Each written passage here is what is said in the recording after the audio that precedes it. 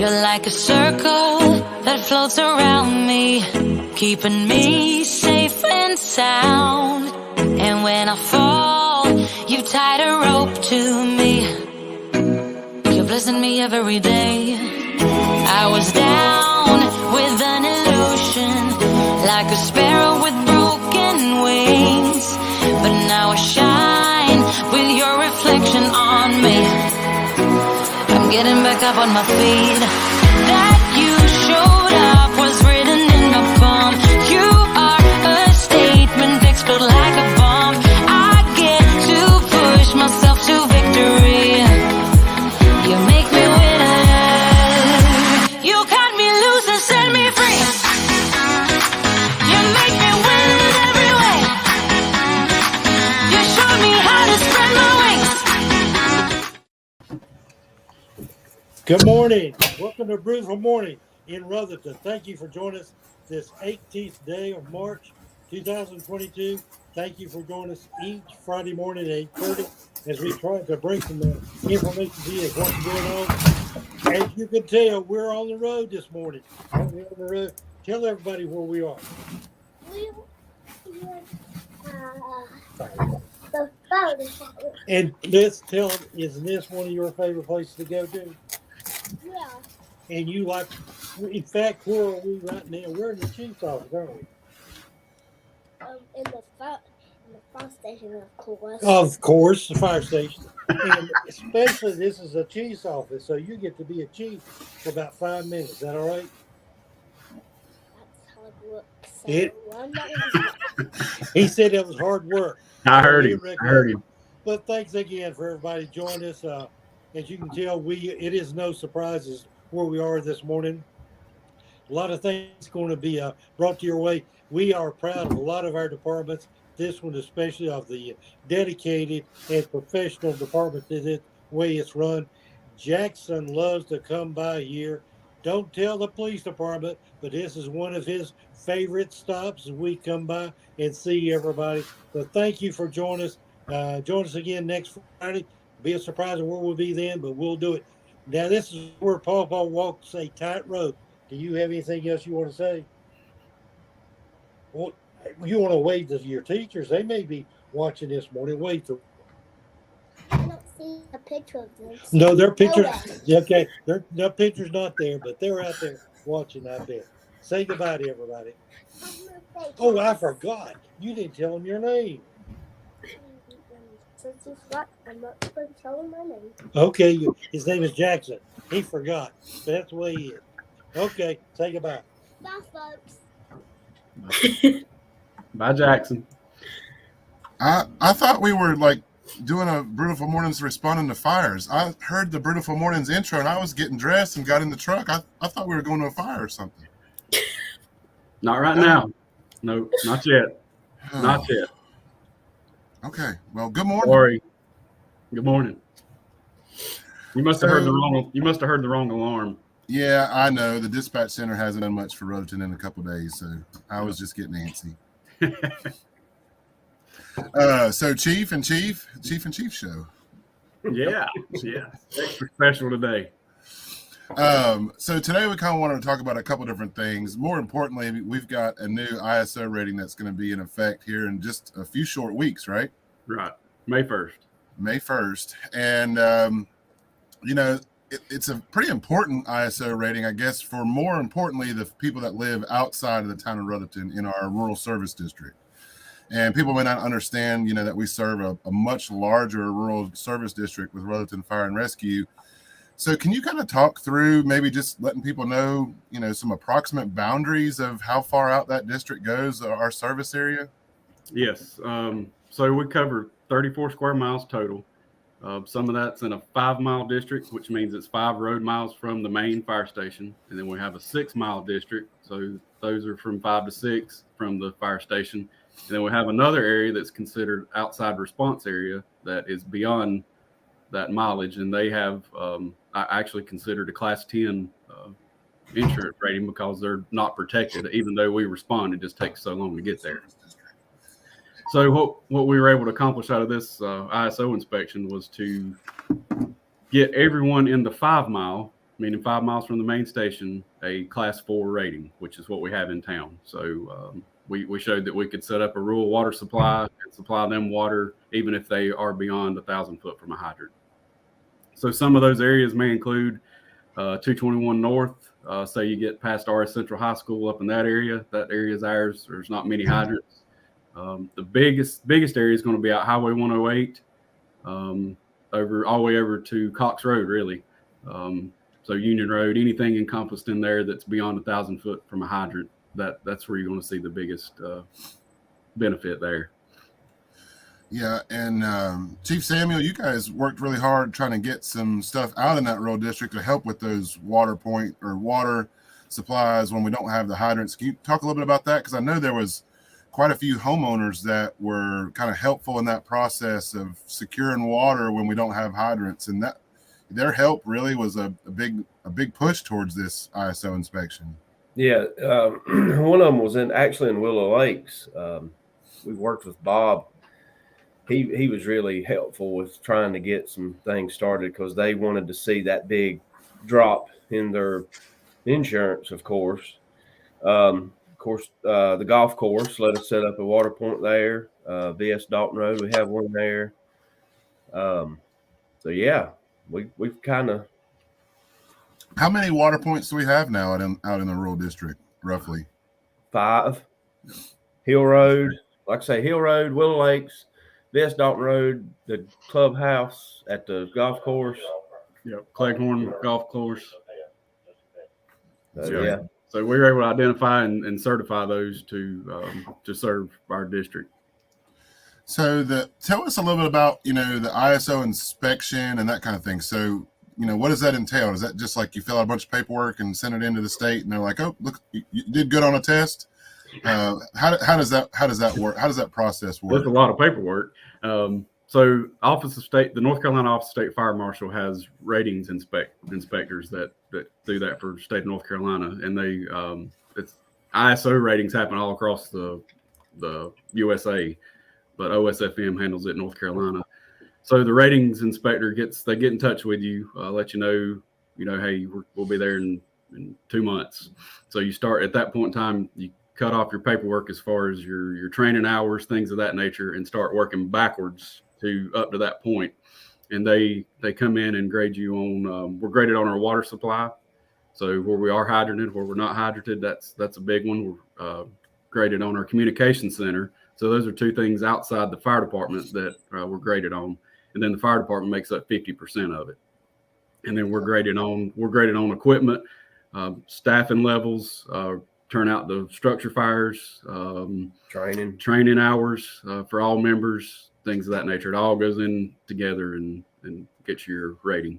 Yeah, and it's not just sitting around a conference room table either. Some of this is more practical exercises, real life scenario exercises where you're actually moving water and responding to different things, right? Yeah, so if you follow us on Facebook, I believe we put a video out last year when we did that rural water haul and set that up, where we set up a drop tank and had the engine pump water from it, and showed that we could do that in a timely manner. And tell us about, I know you and Chief Samuel have worked really hard on the training. One of the things here in Rutherford County, well, anywhere in the fire service, manpower or female power, firefighter power is down, volunteerism is down. We've got a great staff here, but, we always need more manpower, firepower, women power on the fire ground. And so we rely a lot on what's called mutual aid. Can you just maybe speak about what that is, and then talk about, some of the stuff that you and Chief Samuel have implemented with other departments that we work with for training? Yeah. So one of the reasons we use mutual aid and automatic aid. So automatic aid is a little bit different because on the initial dispatch, when it's first dispatched, they go ahead and get a couple extra departments started. So one thing that the NFPA looks at, which is the National Fire Protection Association, looks at staffing for, say, just your residential structure fire. And that's a certain amount of trucks and about 16 firefighters just to handle a normal residential structure fire. Well, we don't have that on staff every day. So that's where our volunteers and our automatic aid, mutual aid steps up and gets us those numbers so we can do the job, effectively. So that's where that plays in. And then with training, if you want to take over on that, the training with the Oh yeah, facility training, stuff yeah, like that. we've started to do some joint training at the college at their training ground with the departments we normally respond with, and that includes SDO, Hudlow, Far City, Spindale, which is actually really, in my opinion, it's done us all some good. With networking, knowing other guys that may be showing up that we ain't never seen before, So, with that being said, because we got to at least do 4 or 5 of those a year, Right. because we got to meet those hours, which would be consistent of 20 hours a year, just in facility training. So, Woman power. We need more women in the fire department. we'll recruit a son. So we just got some more woman power coming through the door. I know. Right. Yeah. So going back to training, I was going to say that, all our, you don't have to have any fire service experience to join the fire department. We have in-house training. We have training opportunities at local colleges to get certification. So, I mean, that's one of the main things that we're constantly doing is training. That's part of our preparation, daily preparation, is to train and to make sure our equipment's ready to respond. And Magnolia, you just finished up that program too, as well, through the college. So, I did. You would just touch on that just a second. I mean, how did you like it? Would you rate it 1 to 10 or? So I think the training and experience was like 10 out of 10. Like it was so informative. I learned so much. I think it was just a little difficult for me because it was a lot of, I guess like it was a really big commitment and I had no idea what I was getting myself into, but I loved it anyway. So it was just evening classes. So it worked with my work schedule so I could come to work and then I'd go to class after I got off. And then you just spent the night just kind of learning about the fire service and what to do in different scenarios. We got to do some cool stuff. So we got to cut up a car. We got to burn in the burn room a lot. And then I think my favorite class one night was during ladders. So we had 3 different ladders set up on the training building and we would go up one ladder, have to like go face first through the window and then come back down and do it again. So it was just like a really big circuit, like testing your knowledge and your skill level. So it was so much fun. So I would highly recommend it. You got to meet some people you probably wouldn't have never met before. Oh my gosh, yeah. Maybe some that she doesn't want to meet again. I don't know.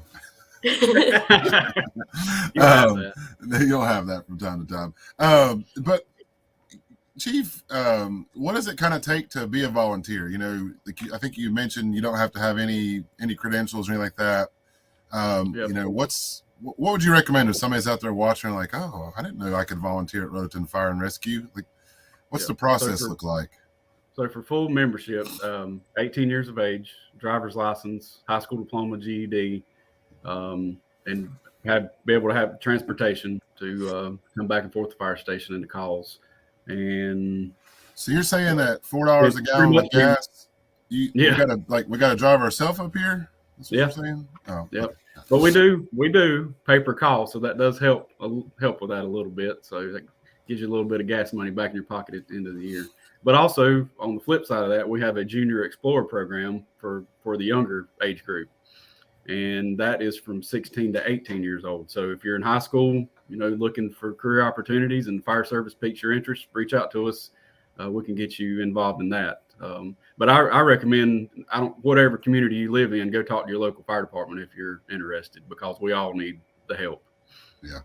And when we say we need the help, sometimes that help isn't necessarily being a full North Carolina certified firefighter, to be on the volunteer roster. There are, during a structure fire or other, calls that we respond to, just because you're not a certified firefighter does not mean that you are not beneficial to the service that Rutherford Fire and Rescue provides. Yeah. There's support roles that, people can do. We have a chaplain here. We have people that help, we've got some older guys that we use them for moral support. been here longer than I've been alive. And a lot of you may know them. But there's some good ones. Well, So and I it's have to. definitely something that when you get involved, it kind of it gets in your blood and sticks with you. I'm sitting here third generation through my uncles, and Robbie over here's he's what, third generation. His dad was a volunteer firefighter. Brothers, got a brother assistant chief at Far City, so it's almost a family thing a lot of times. But Robbie, you were the assistant chief at Rutherford before your brother was the assistant chief in Fort City, right? So even though he's older than you, you got more chief experience. Yeah, that's right. Got tenure on him. Yeah. He has to come to me. You got to throw those little rubs in like that in the fire service sometimes, Anytime you get a heads up. It's definitely a good brotherhood, whether, however you come across or come into it. So, hey, Doug, when we're talking about explorers real quick, we're looking at starting a explorer fire camp this summer. So that's in the plans, and we're looking to get some young teenage kids involved and let them see what the fire service is like, and all of emergency services. We're going to branch out and just do emergency service as a whole, and be able to see what EMS looks like, what communications looks like, police departments, things of that nature. So that's good. You're looking at like a 3 or 4 day kind of summer camp style over the course of a week, right? Probably later this summer. You guys are trying to put that together. Yeah. Yes, we are. What's the best way if somebody's out there and they're like, oh, my son or my daughter would love to be a part of that, or maybe if they're sneaking watching this at RS Central right now and they're like, I want to be a part of that.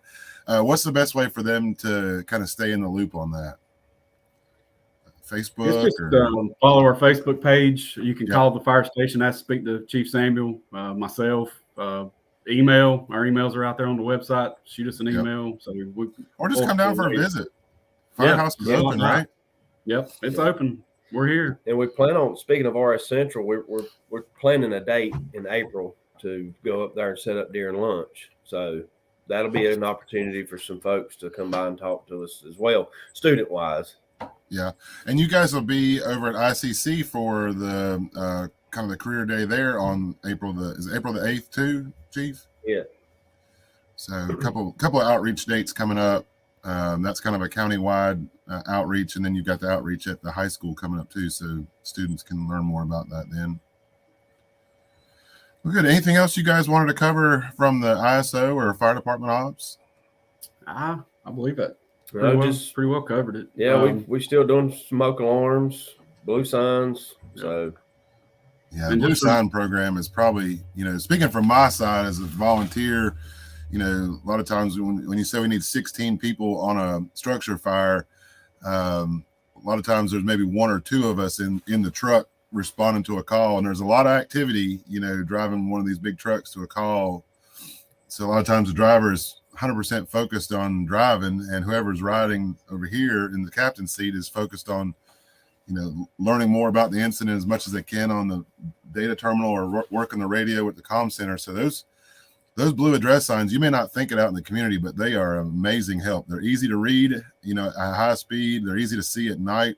If you've got long driveways or your house is hard to find, and they're free, right? So if you live in Rutherford city limits or in Rutherford's fire district, those blue address signs are completely free. Yes. And a lot of times it helps us if you don't have one and your neighbors do. It helps us kind of narrow down, where we're going. So I wish everybody had one. Last thing on ISO, I'll just remind everyone that takes effect May 1st. So reach out to your insurance provider. A lot of them may not reach out to you, but just go ahead and give them a call, let them know. And if you have questions, give us a call. We can kind of help you out, see if that does affect you or not. And what they need to do, they just need to talk to their insurance company and remind them to check the Office of the State Fire Marshal's listing, right? Right. Yep.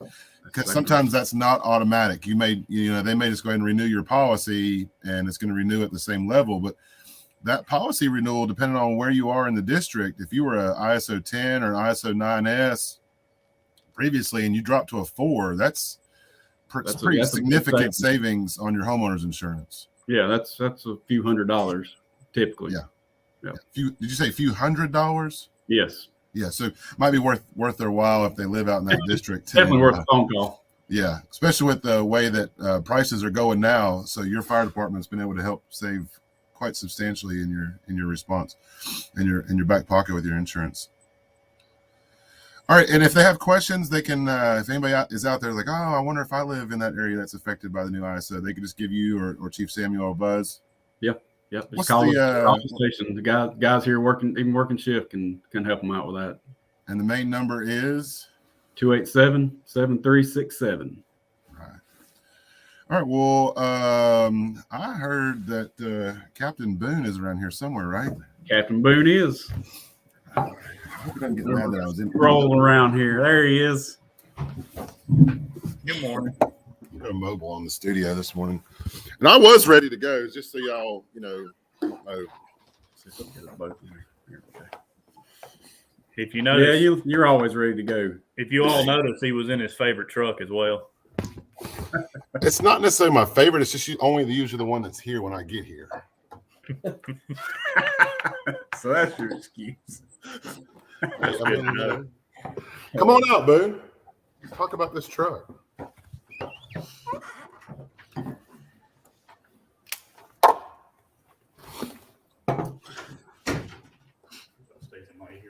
Yeah.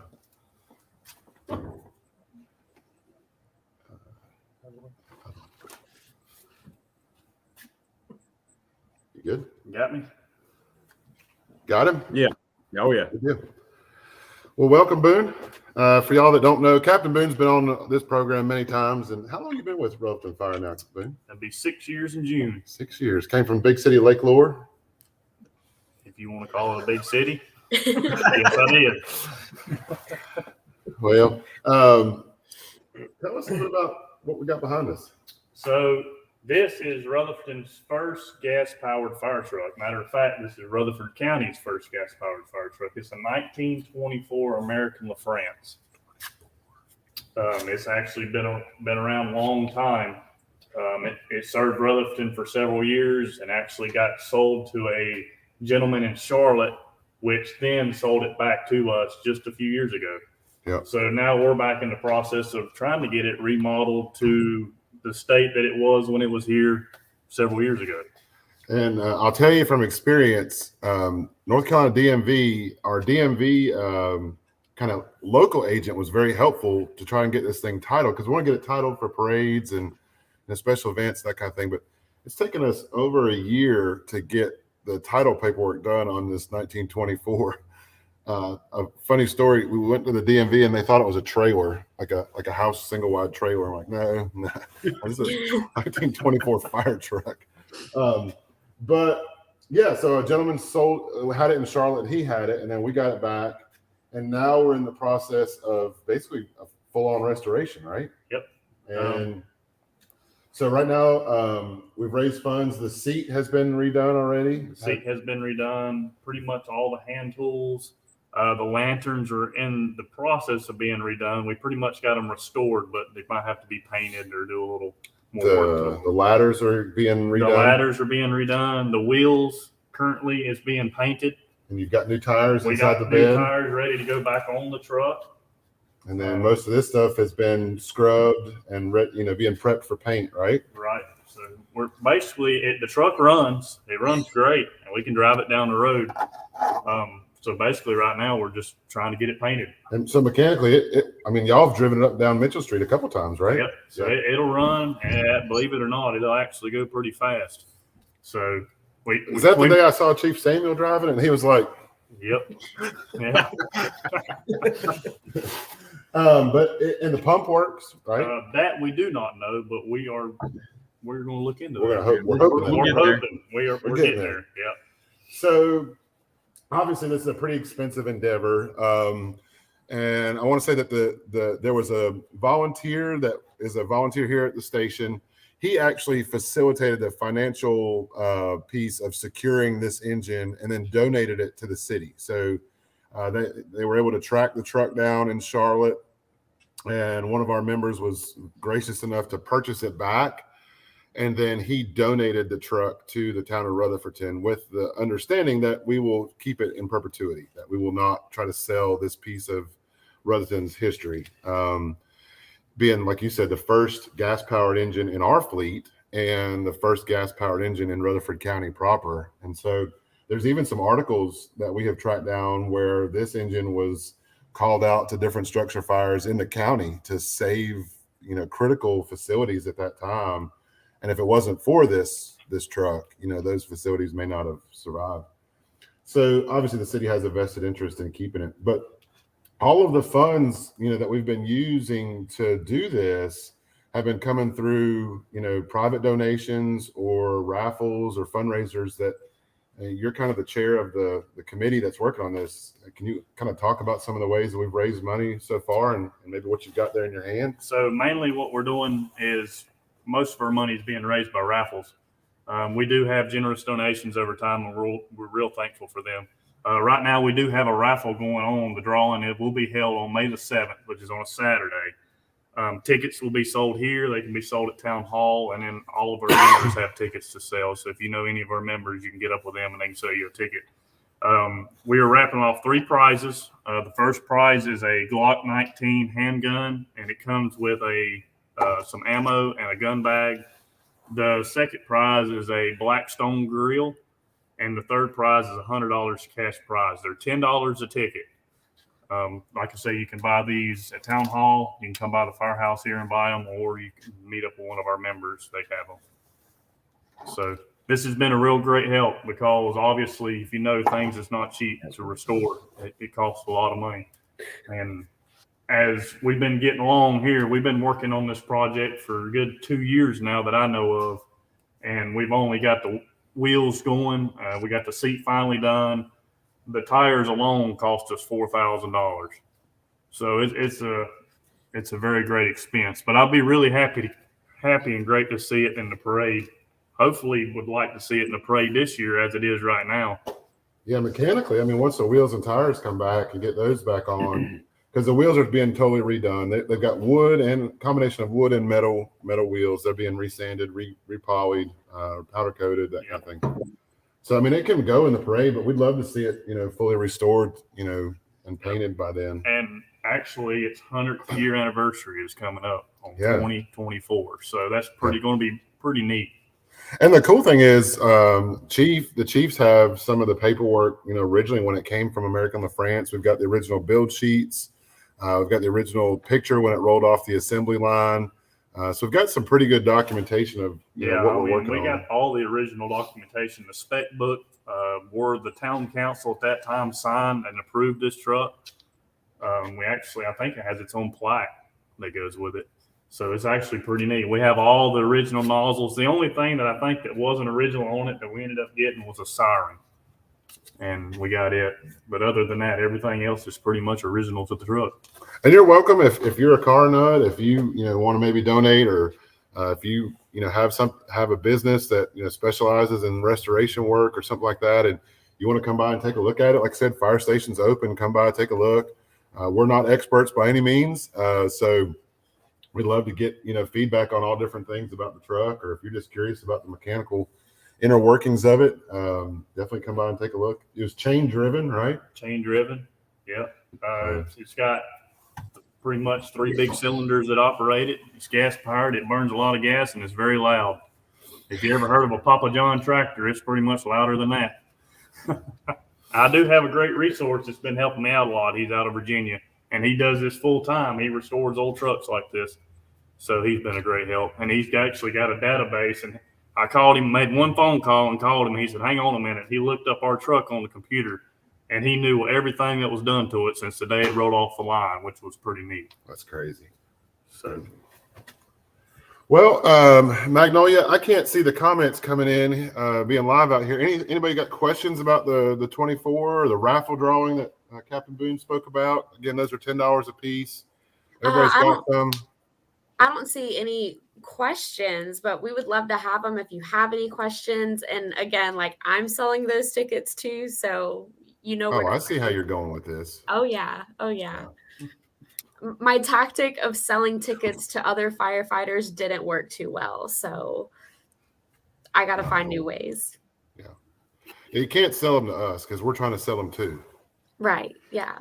Yeah. But hey, Doug, if you want to buy one of mine, I'll buy one of yours. So, Deal. okay. Yeah. As soon as I get back. All right. Anything else you wanted to cover this morning, Ben? Unless you want me to cover something.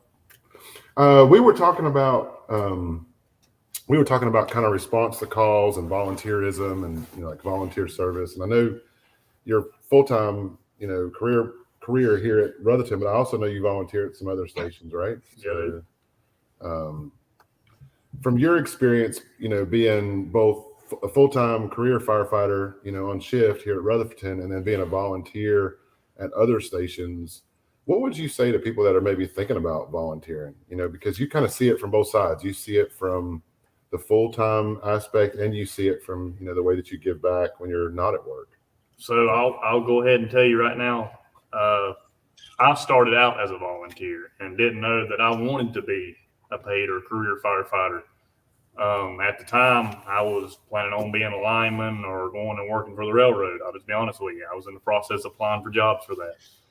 I joined Green Hill in 2011, right after I graduated high school. And when I got on there and started taking classes, I went to a training burn. And I'll never forget it. I got to go on that training fire for the first time. And as soon as I went in there, I was hooked. I knew what I wanted to do. So after that training burn, I was looking up classes. I went all over the state. I went to all the colleges, classes here in the county. And in 1 year, I had my firefighter. And gratefully enough, I got hired on at Lake Lure a year after that. And you took my EMT and all that. So as a volunteer, I love it because, for one, I don't just do this as a career, just for a career. I do it because of the community and because I started out volunteering. I do it because I like helping people. I've always loved helping people. I enjoy it. That's why I do it. As I still volunteer with my volunteer department because that's where I live. That's my community. I know the people. I have family there, and I like to take care of my community. So that's the main reason. You do this because of your community. You do it because you want to help people. You want to be there for them. So when the pager goes off in the middle of the night, it ain't because you just want to get up. It's because you're going to help somebody. I'm the type of person, if I need help, I want to be able to call somebody and they help me. So I want to give that back. Yeah. And you see that in volunteer. We joke around a lot. We like Robbie said before, we have a big brotherhood of people, but at the end of the day, when the bell strikes or the pager goes off, it's all about one thing. It's about serving our community and doing it the best we can. So I just encourage anybody that has a heart for service. Like we said, necessarily if you got a heart for service, but a fear of fire, we can put you to work doing some other things outside of running into that burn room. Oh, yeah, there's plenty to do. Or that. There's a lot to do. And we have members here at Rutherford that are not certified, but are very active and help. Because there's so many different roles on the fire ground or on a vehicle accident or whatever the emergency might be. There's all different levels of things that people can be doing, working together as a team. There's all kinds of different career paths you can take if you want to do this as a career. You don't have to be just a firefighter. You don't have to be just an officer. There's fire investigator. There's fire inspector. There's fire life safety educator. You can go teach this. You can go work for the Office of State Fire Marshal and be like what Chief was talking about. You can be an ISO inspector. You can go and do the training aspect. There's so much you can do in the fire service. Plans review. Plans. You can even get involved to where OSFM, they throw out and help people on hurricane reliefs, tornadoes, snowstorms. It's all into the EM side of it. There's so much you can do in the fire service other than going in a burning building. That's just the fun of it. Chiefs, y'all been pretty quiet for a while. Anything y'all want to say about the 1924 behind us and kind of this project? I'd just like to thank everyone that's helped out so far. We've had a lot of local businesses, and we've tried to keep it as local as possible to get where we are right now. And thanks to Captain Boone and Chief Samuel over here, they've really helped out, made some connections and get some stuff done on it. And everybody in the department has really helped out a great bit. So we're looking forward to seeing it keep going. Yeah. Well, Magnolia, any questions coming in? We did get one question. Yeah. All right. So take go that. For it. Go for so it. that is your insurance rating. So what that does is pretty much just grades your fire department and your water supply and the communications aspect of it, and gives you a score. So in a residential setting, that if you're looking at typically, well, let me take that back because that's getting too in depth. The lower the score, the better equipped you are to handle the structure fire emergencies. So it's a scale of 1 to 10, 10 being the worst, 1 being the best. So wherever you lie in there, if you're in Rutherford, you're a 4. So you just contact your insurance and you're going to get a better rating than you would at a 8 or a 9, or better insurance premium. And like you said, Rutherford is currently rated a 4, and we've been rated a 4 inside the city limits for a couple of years now. But now that 4 extends out into the rural district. And for a fire department of our size and our location, our geography, and our staffing level, of 4 is an amazing number. I mean, when you think about ISO 1s, you're talking about a very select few departments across the country. Your Charlottes, your Raleighs, your DCs, your FDNYs, your Miami-Dades, those type of bigger departments. Yeah. For a community of our size and our ability to resource a fire department, an ISO 4 is a great asset for this community.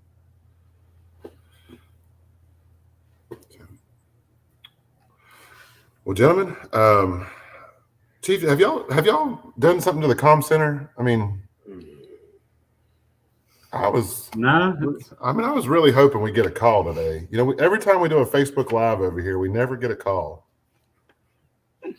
Just so you all know, every time that we get off this Facebook Live, we'll end up getting a call because. Okay, good. Well, I'm ready to go. Yeah, I'm ready to go. I'm ready to go. We don't wish that on nobody. No. We're here to help, but we do not wish that on nobody. No, we don't. All right, everybody. Well, thanks for joining us this week. Next week, we've got next Wednesday, the town council's got their big budget meeting for the upcoming budget cycle.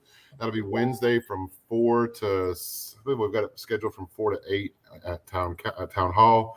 We'll be talking about all different things budget related, and the budget process again kind of sets our visions and priorities for the coming year.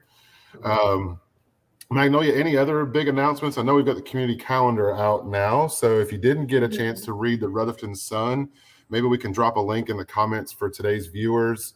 If you're not familiar with the Sun, check that link in the comments. Magnolia has put together an amazing community calendar of events. Still continue to get questions from people that maybe aren't plugged in about Mayfest. There is no Mayfest, and you can read about that, but the community calendar of events really kind of showcases maybe why there isn't a Mayfest and why it's popular for us to now have events on an ongoing basis throughout the entire year. So, Magnolia, thanks for putting together that community calendar. Anything of note on that for today? On the calendar, or yeah, on the calendar? Oh gosh, it is on my door and my door is closed. Well, I'll help you out while you pull it up. Today at 11:30, I think is right. Story time is back at the library. So if you have 10:30, so I was off by an hour. This whole spring forward thing's got me off. I understand there's some kind of legislation where we're not going to do this anymore. I don't know. But That's what I've heard. That's what I've heard. Next year. It's coming in late. Oh gosh. 10:30 at the Norris Library. Go see Reagan Johnson, our media outreach for youth. She's there. She's going to be doing a story time. I believe last week they said they had like 40 kids for story time and had an amazing time with some hands-on stuff and story time. So go check them out at 10:30 today. And then, Boone, you said the tickets, they've got until May to get their tickets, right? May 7th. May 7th. And we'll probably draw at noon on that day. Noon that day. Probably do it just like you did here for the last drawing, do it live on Facebook. So if you're not following Rutherford Fire and Rescue on Facebook, make sure you're doing that. And like I said, the station's open. So if you've got, community groups, if your grandson or granddaughter is just interested in fire trucks, come on by. If all the doors are closed, on the right-hand side by the sign and the flagpole is the main entrance. There's a big red button. It's kind of a doorbell for us. Just hit the doorbell. If we're here, somebody will come out and they'll be glad to walk you around the station, show you the trucks. So just don't hit it if you're not interested in coming in. Before we sign off here, I always have to put in the plug for the garden. So we have a work day tomorrow at 11, and we have a lot to do because we were rained out for our work day on Wednesday. So if you're interested in getting plugged in with the garden, you should come by 128 Hospital Drive. We'll be planting potatoes. We're going to do some more prep for another garden plot. So we have a lot to do, but we would love to have you and kind of orient you with Ruffton roots. Yeah. And And the taters. last thing, that's right, the taters. Magnolia. Yeah, Taters. taters. Taters and Yes. naters. Yep. The last thing I want to say too before we sign off, thank you to everybody who came out on Wednesday for our Norris Recreation Complex meeting. We had a great crowd out Wednesday for that public meeting. We saw your comments on Facebook. We did the drawings. If you didn't see, it was really funny. We had probably about 25 people or so in the room giving comments to the first phase at the Norris Recreation Complex, which includes disc golf and kind of a big grant opportunity that we're going after. Tasha Lawrence, I saw she's watching live this morning. She said, hey, I'm going to win that water bottle for my comment card. And sure enough, I didn't do the drawing, but Sonia in our office who's doing the drawing, she shuffled it up and Tasha won the water bottle. But nonetheless, just appreciate everybody coming out and supporting that, giving us your comments. We're going to go through those and ensure that we can try to make sure that the final plan reflects everybody's comments, because that's going to be a great complex, a great asset for this community for the next 100 years or more for recreation. So just wanted to thank everybody to coming out in the rain on Wednesday and supporting that. All right.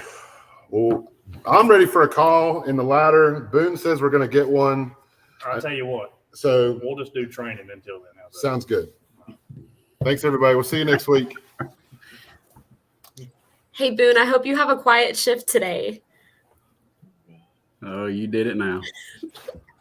Bye. You're like a circle that floats around me, keeping me safe and sound. And when I fall, you tied a rope to me. You're blessing me every day. I was down with an illusion, like a sparrow with broken wings. But now I shine with your reflection on me. I'm getting back up on my feet.